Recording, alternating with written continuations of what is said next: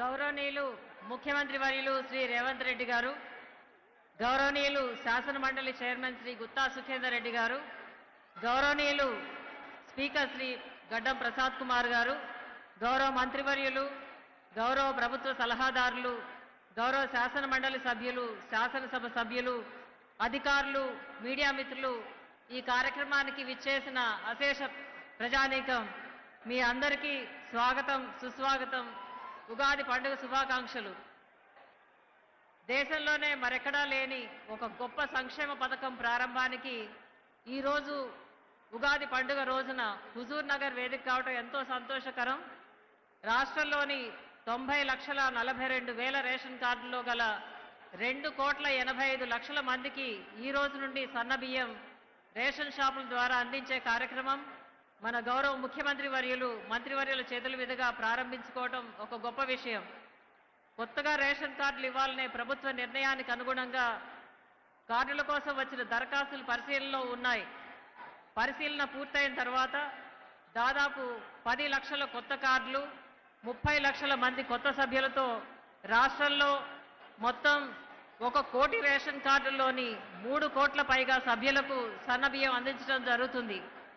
పేదవారికి నాణ్యమైన సన్నబియ్యం అందాలని, వారి జీవన ప్రమాణాలు మెరుగుపడాలని తెలంగాణ ప్రభుత్వం గత కొద్ది నెలలుగా పకడ్బందీ ప్రణాళికలతో ముందుకు సాగుతుంది. అందులో భాగంగా రాష్ట్రంలో సన్న రకం వరి సాగు ప్రోత్సహించడానికి ప్రభుత్వం సన్న వడ్లకు క్వింటాలకు 500 రూపాయల బోనస్ అందించింది. ఖరీఫ్ సీజన్లో సన్న రకం వడ్లను కొనుగోలు చేయడానికి ప్రత్యేక కేంద్రాలు ఏర్పాటు చేసి 4,41,000 రైతుల నుండి 24 లక్షల మెట్రిక్ టన్నుల సన్న రకాన్ని సేకరించి బోనస్ రూపంలో దాదాపు 1,200 కోట్ల రూపాయలు రైతుల బ్యాంకు ఖాతాల్లో నేరుగా వేయడం జరిగింది.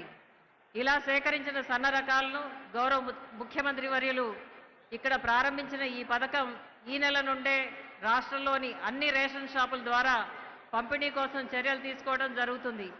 3 కోట్లకు పైగా లబ్ధిదారులకు సన్నబియ్యం అందించడానికి రాష్ట్ర ప్రభుత్వంపై దాదాపు 2,858 కోట్ల అదనపు భారం పడుతుంది.